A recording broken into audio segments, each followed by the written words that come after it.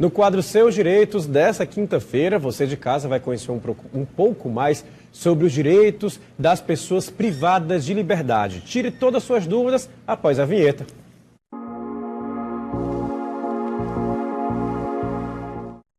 Bom, já estamos de volta e para falar aí sobre o direito das pessoas que são privadas de liberdade, direito dos presos, eu recebo aqui no estúdio, gente, o defensor público e supervisor do Núcleo de Assistência ao Preso Provisório e às Vítimas de Violência, Emerson Castelo Branco. Bom dia, doutor. Obrigado pela sua presença aqui no estúdio. Bom dia, Antônio. É uma honra imensa participar do seu programa. Agora sim, quando a gente fala sobre direito do preso, direito da pessoa que está privada ali de liberdade durante esse período, quais são as principais dúvidas? O que as pessoas mais procuram saber de imediato assim que a pessoa é privada de uma liberdade? Bem, os familiares querem saber o que é preciso para a pessoa ser colocada em liberdade. Então procuram a Defensoria Pública justamente para saber o caminho. Toda pessoa que é presa, você tem que verificar se a condição dela de prisão é ilegal. Porque muitas pessoas, qual é o grande problema? Muitas pessoas estão presas desnecessariamente. Aí a família nos procura para justamente ver a documentação. Qual é a documentação que a gente sempre indica para a família? A pessoa tem um comprovante de trabalho, é muito importante trabalhar.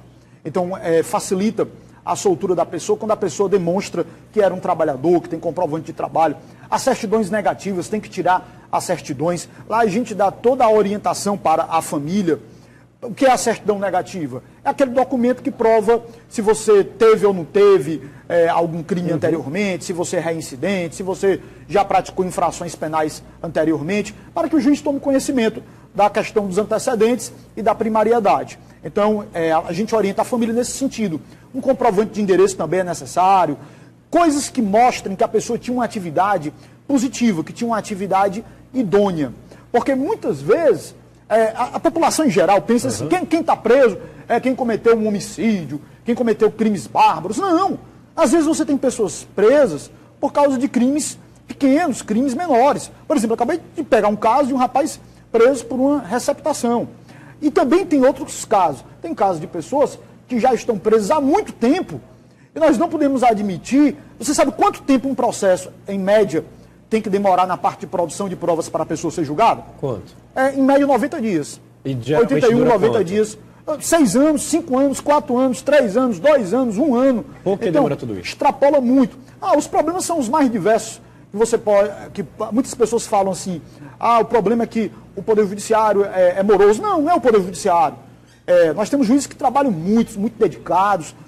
O problema é uma questão estrutural, que envolve inclusive a Defensoria Pública. Porque, por exemplo, você vai no interior, muitos juízes têm dificuldade porque não tem defensor público. Então o problema não é a morosidade da justiça, você não pode escolher culpados. Todos nós temos uma cota de responsabilidade nessa morosidade. Falta, através dos diagnósticos, nós identificarmos o que é que está acontecendo, o que é que precisa mudar.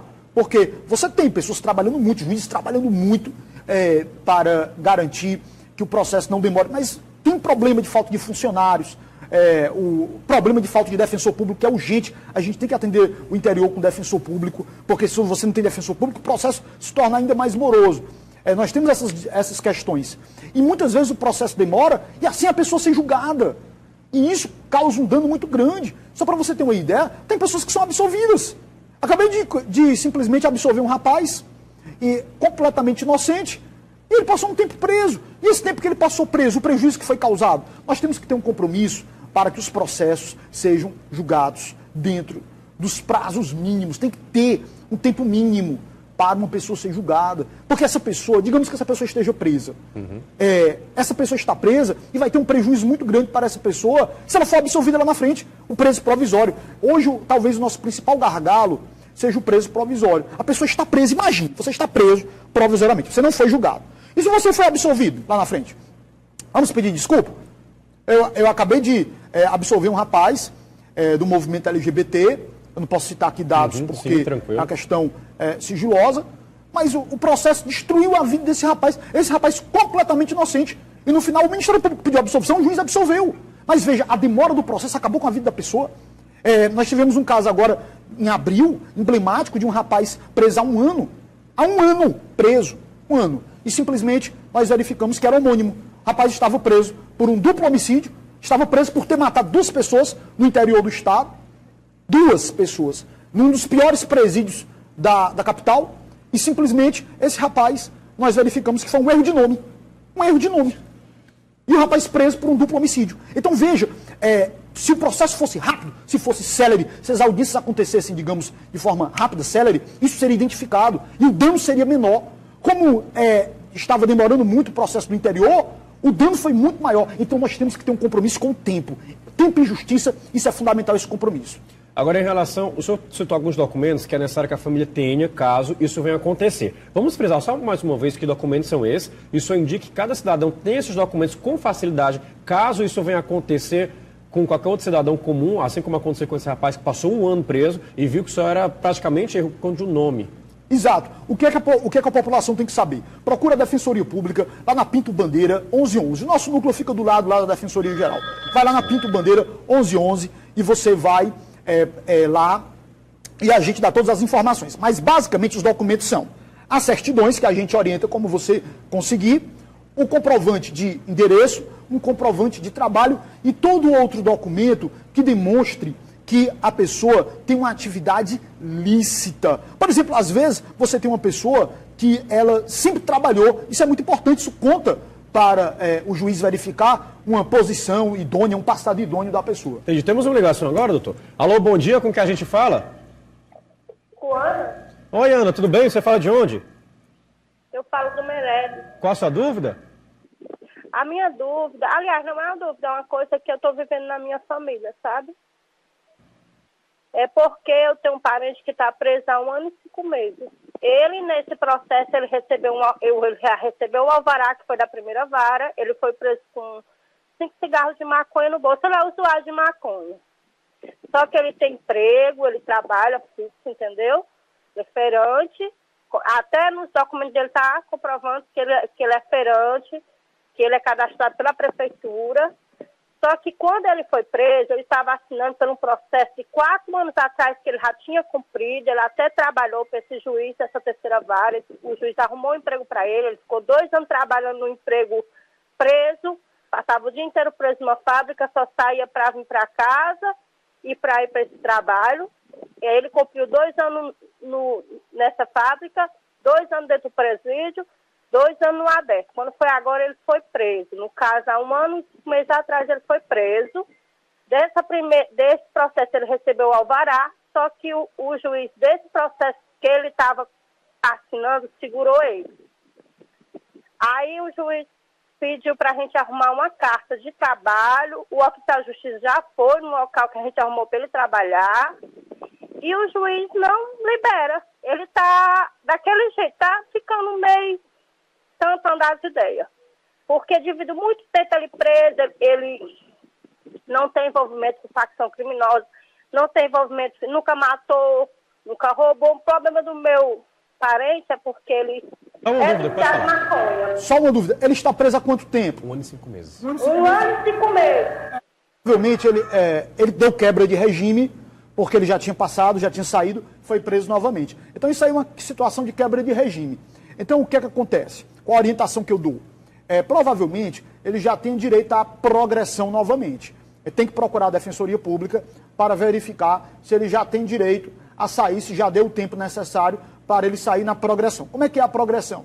Depois que a pessoa cumprir 1/6 da pena, a pessoa tem direito a progredir. Se for crime hediondo, a pessoa não for reincidente, 2/5. Se for crime hediondo e a pessoa for reincidente, 3/5. Então tem um tempo que a partir desse tempo que a pessoa tem cumprido, a pessoa, desde que atendido os outros requisitos também, já tem direito à progressão de ir para o regime semiaberto para o aberto. Então deve ser o caso dele.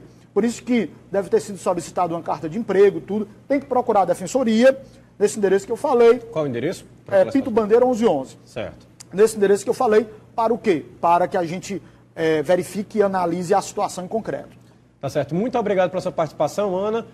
Friso mais uma vez, Defensoria Pública do Estado do Ceará, Pinto Bandeira, 1111, e você tem mais informações lá para auxiliar nesse caso. Agora, doutor, falamos agora em relação aos documentos que as pessoas de casa precisam ter, em relação caso isso venha acontecer. Muitas vezes os familiares não sabem lidar com a situação, porque é uma situação nova. Agora sim, em relação a direitos, Caso, assim como a Ana ou qualquer outro telespectador que nos assiste neste momento, quais são os principais direitos que um preso tem? Bom, Antônio, dentre os direitos do preso, tem um que eu quero citar aqui, que é fundamental. Nós vivemos no Estado democrático de direito. A característica do Estado democrático de direito uma das características principais do processo é a presunção de inocência e é o princípio indúbio pro réu. Você jamais pode, na dúvida, presumir que a pessoa é culpada. Por que eu estou falando isso? Ela disse que o irmão dela, se não me engano, né? Irmão ou marido? Um parente. Parente dela. Ela falou que o parente dela foi preso com algumas trouxinhas de maconha. Um grande problema que nós estamos enfrentando hoje em dia é essa questão, que lesa o direito das pessoas no aspecto mais fundamental, que é uma garantia processual da presunção de inocência. A pessoa é pega com droga e não se tem elementos fortes, concretos, que mostrem que a pessoa é traficante. E está havendo hoje uma cultura de todo mundo ser considerado traficante. O indivíduo estava no local, aí vem suspeita de que a conduta dele, a atitude dele era suspeita, automaticamente ele é autuado por tráfico. Ontem mesmo eu recebi uma menina que ela foi autuada por crime de tráfico, saiu na audiência de custódia com a tornozeleira eletrônica. A menina chorava dizendo: doutor, eu tinha ido visitar um parente meu na casa da minha avó, na casa da minha mãe, e simplesmente eu fui cumprimentar um amigo meu. Esse meu amigo, lá, a polícia prendeu, e eu também fui preso, porque como eu estava perto dele, eu fui considerado traficante também. Nós temos que ter muito cuidado. A prova, eu tenho um crime de posse de drogas para consumo pessoal. Isso é artigo 28. E eu tenho um crime de tráfico. Para caracterizar tráfico, eu tenho que ter provas contundentes de que a pessoa é traficante. Às vezes você pega, a pessoa tem dinheiro trocado na carteira. Pô, dá um tempo. Dinheiro trocado eu tenho, você tem, todo mundo pode sair com um monte de dinheiro trocado. Isso não é prova de tráfico. Eu tenho que ter elementos mais concretos. Senão, eu tenho que ter uma testemunha que diga: olha, eu comprava a droga dele. Se tem uma testemunha que diz: olha, eu comprava a droga dele, então tudo bem. Daqui a pouco a gente volta nesse caso, essa moça. Eu quero entender um pouco mais em relação a isso, para justamente esclarecer para o telespectador. Nós temos mais uma ligação agora na manhã. Alô, bom dia, com que a gente fala? Bom dia, Francisco. Oi, São Francisco. Qual a sua dúvida? É o seguinte, eu estava ouvindo aí com relação a esse caso da pessoa ser presa inocente, e em 2008, meu caso até repercutiu muito aqui na imprensa do Ceará, e inclusive também na imprensa internacional, porque no meu caso ele foi noticiado até no Fantástico. E porque eu fui preso aqui em Fortaleza pelo mandado de prisão expedido pelo estado de Goiás, sendo que eu nunca tinha andado nesse estado, certo? O que acontece? Eu passei no meu carro na Polícia Federal no final de ano. Você tem ideia, eu fui preso no final de ano. Passei Natal e Ano Novo preso, lá na delegacia de captura. Então, o que acontece? Quando eu fui barrado pela Polícia Federal, eles não conseguiram emitir o mandado de prisão. Isso no dia 28, uma sexta-feira, mais ou menos. Aí, eles disseram que eu tinha esse mandado de prisão e que eu não poderia, que eu tinha que resolver esse problema e tal, aquela coisa. Resumindo, quando foi na segunda-feira, aí eu fui na Polícia Federal para me ver o que era que estava acontecendo. Quando eu cheguei lá, eu fui preso. Aí passei 17 dias preso, um assalto que uma pessoa tinha feito numa farmácia em Goiânia, um assalto a mão armada. Essa pessoa foi presa na época lá, constituiu advogado, foi solto para ficar assinando. Desculpa. Sendo que, como não era ele, eu teria usado só a foto dele nos meus documentos, ele não constituiu advogado e eu fui quem caí aqui, certo? Inocentemente, sem ter nunca ter andado em Goiânia. E passei ainda 17 dias na captura. E o que eu quero falar aí é louvar o grande serviço da Defensoria Pública, porque foi um defensor também que eu procurei, me ajudou em tudo, certo? Com 17 dias, eu fui solto com 17 dias, conseguiram entrar em contato com a delegacia de captura para comparar a foto, com a foto do rapaz que tinha sido preso lá. Só que o que eu achei mais estranho é porque demorou 17 dias, só para você comparar uma foto, porque o cara que tinha sido preso lá na época, na delegacia ficou foto dele. Então, era muito simples comparar, para você ver a morosidade da justiça. Era muito simples eles comparar uma foto com a outra. Não, essa pessoa foi presa lá em Fortaleza, vamos ver se é isso aqui. Claro que não ia dar certo a foto e eles iam ser liberados muito rápido. Essa morosidade da justiça é que mata qualquer situação, entendeu? Aí, e outra coisa, uma pergunta que eu queria perguntar ao defensor aí é o seguinte, falaram que iam dar baixa no processo, ia ser arquivado, mas aí também eu não tive mais notícia do processo, ninguém me falou. Eu tenho até medo de passar e sei lá se não tem mais alguma coisa aí para mim, entendeu? Onde é que eu posso procurar para saber se o processo foi dado baixo, foi arquivado, entendeu? Muito obrigado pela sua participação. Um ótimo dia. Neste caso. Bom, é como eu sempre digo, constantemente nós encontramos situações que são situações de erros, de equívocos. Quando se pergunta o papel da defesa, as pessoas têm que compreender o seguinte: a defesa, o grande papel da defesa é filtrar os inocentes, é filtrar os inocentes e verificar erros e equívocos. Muitas vezes você tem uma situação que é a seguinte: a pessoa é inocente, mas demora para você provar essa inocência. Porque tem muito trâmite, tem muita burocracia. Então o que é fundamental? No caso dele, por exemplo, tem que verificar se realmente... Onde é que ele pode verificar? Na defensoria procura a gente que a gente olha. Procura a gente lá no NUAP ou no NUDEP, lá na Defensoria Pública, a gente verifica isso aí no endereço que eu já passei para vocês, Pinto Bandeira 11. Pinto Bandeira 1111. 1111, certo. E porque é fundamental, o grande papel da defesa, Antônio, é filtrar os inocentes. Se a pessoa for culpada e ao final do processo ficar caracterizado que ela é culpada, a pessoa vai ser condenada, vai ter uma pena aplicada, o direito vai ser aplicado. Ninguém vai passar por cima disso daí, não. Agora, se não tem provas contra uma pessoa, a pessoa tem que ser absolvida. Se tem provas de que a pessoa é inocente, a pessoa também tem que ser absolvida. E nós temos que ter muito cuidado, porque eu sei que a sociedade está delirando com essa coisa do vamos buscar, vamos prender, tudo. Vou só dar um dado para você que muita gente não sabe. Sim. Nunca se prendeu tanto na história do Brasil. Nunca. Nunca na história desse país tantas pessoas foram presas. Paralelamente, a violência e a criminalidade aumentou. Muitas vezes as pessoas acham que a prisão é a solução para os problemas de violência e de criminalidade. Não é. Se fosse, como é que pode, então, eu ter um aumento, uma superpopulação carcerária que explodiu e a violência automaticamente explodiu também? Está faltando prisão? Como assim? Se aumentamos aí nos últimos, muita gente não sabe disso, nos últimos 10 anos nós aumentamos, não foi o dobro não, nós aumentamos mais de 700% o número de prisões. Mais de 700%. Número gritante. É número gritante. E mesmo assim, violência e criminalidade aumentou. Então, nós temos que ter uma visão diferente da população que acha que segurança pública é prisão. Não, segurança pública é aumentar o índice de desenvolvimento humano, desenvolver o potencial humano das pessoas, garantir uma reorganização urbana, moradia, problemas relacionados à economia, como, por exemplo, desemprego, subemprego, problemas relacionados à estrutura familiar. Muitas pessoas... Eu vou só citar um caso que aconteceu ontem. Um rapaz, há 15 anos, com problema de droga, ele, a avó e o filho, a mãe abandonou o filho quando o filho era pequeno.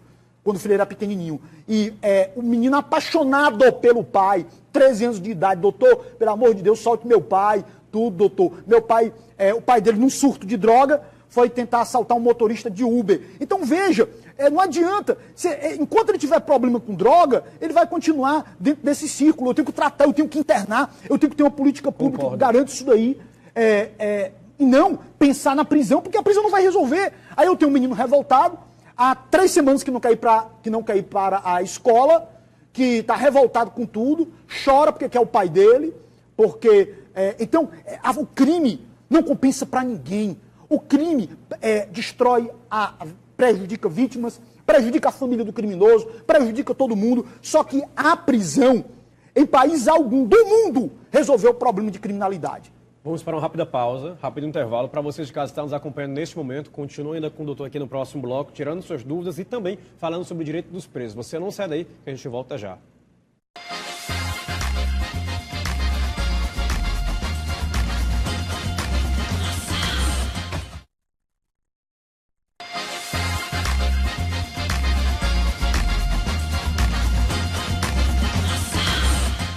Bom, gente, estou de volta aqui ao vivo, recebendo o defensor público e supervisor do Núcleo de Assistência ao Preso Provisório e às Vítimas de Violência, o Dr. Emerson Castelo Branco. Estamos aqui ao vivo da Rede União. Friso mais uma vez, caso você tenha alguma dúvida, fazer 3486-1721, quadro Seus Direitos. Estamos falando aí sobre o direito do preso. Em relação, tem muita gente ligando para cá e caso queira tirar alguma dúvida, qual é o telefone do Alô Defensoria? O Alô Defensoria é 129. Você liga para o 129 e lá o atendente, a atendente, vai te situar para o núcleo específico. Porque são vários núcleos. Se você tem problema de saúde, precisando de um leito de UTI, porque todo mundo pensa que a Defensoria Pública tem uma visão interessante, né?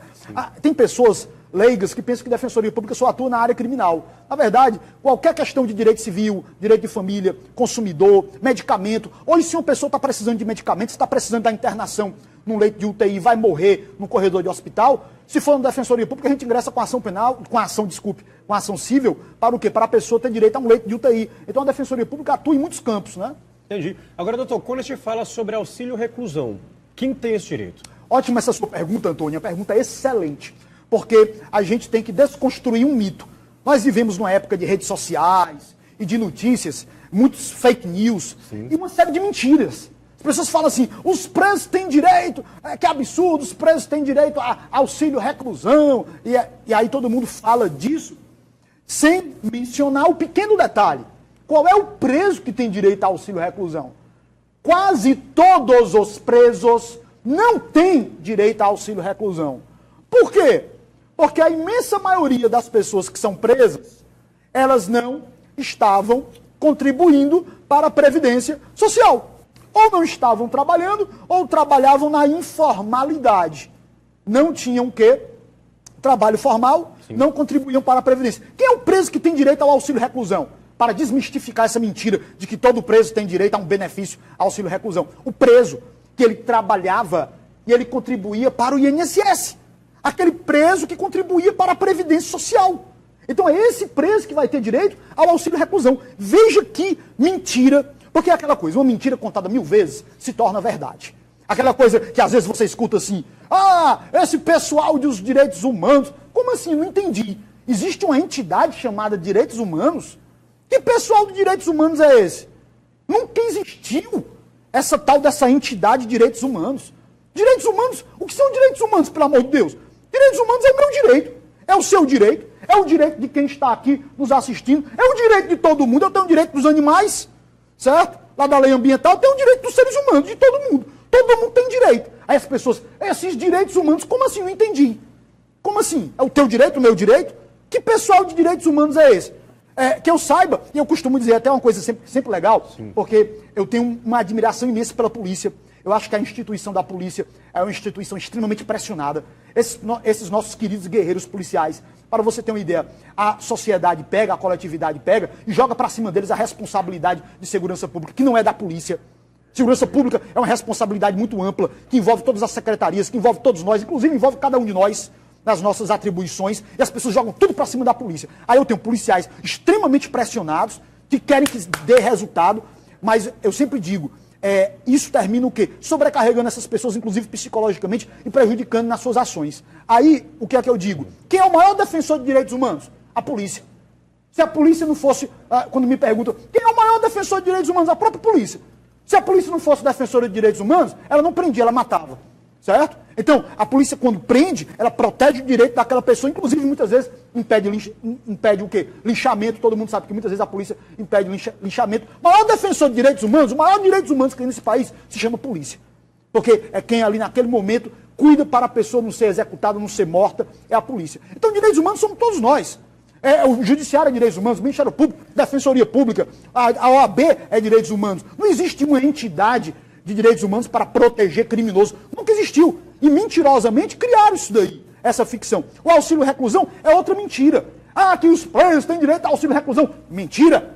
Somente os presos que trabalhavam, que contribuíam para o INSS, é que têm direito ao auxílio reclusão. Foi ótimo você ter perguntado para a gente desmistificar isso daí. Agora, em relação ao direito dos familiares das pessoas que estão reclusas, ou seja, das familiares dos presos, quais são os direitos que essas pessoas têm? Não, veja bem, a pessoa está presa. Os familiares dessas pessoas não têm digamos, do ponto de vista de qualquer benefício, que é benefício Financeiro. não tem benefício financeiro. O que vai ter é o preso que trabalhava, o benefício previdenciário. Esses direitos que as pessoas têm é de visitar o preso, de simplesmente o direito de visita íntima. Visita íntima, quem tem direito? Qual é o preso que tem direito à visita íntima? Não, todos os presos têm direito à visita íntima, certo? Todos os presos, em regra, salvo uma excepcionalidade que a lei de execução penal menciona, alguma situação excepcional, todo preso tem direito à visita íntima da sua namorada, da sua companheira, da sua esposa, no caso das mulheres, do seu companheiro, tudo, né? Entendi. Olha, doutor, estou muito feliz sobre a sua presença aqui, mais vezes aqui com a gente, tirando as dúvidas dos telespectadores. Eu sei que foram várias ligações, o tempo do programa está chegando ao fim, tá certo? Mas qualquer outra dúvida, tem um alô da Defensoria, que é 129. 129. O endereço, por gentileza, onde as pessoas possam procurar a Pinto Defensoria. Bandeira 1111. 1111, horário comercial. A maioria dos núcleos estão lá. Entendi. Muito obrigado mais uma vez pela sua entrevista aqui com a gente no estúdio. Lembrando para você de casa que queira rever essa entrevista, o quadro Seus Direitos, ou queira encaminhar para alguém, ele vai estar disponível no redeunião.com.br, assim como na plataforma digital que é o YouTube, tá certo? Para você que me acompanhou até agora, muito obrigado pela audiência de todos vocês. Eu volto com esse tema nas próximas semanas para ainda te falar um pouco mais sobre este assunto, tirar suas dúvidas, telespectador. Peço perdão mais uma vez a toda a demanda que a gente não conseguiu atender aqui por conta do nosso tempo. Até amanhã, sexta-feira, às 8 horas da manhã. Tchau. Relembra uns momentos bons e velhas nostalgias. Lá eu sou criado.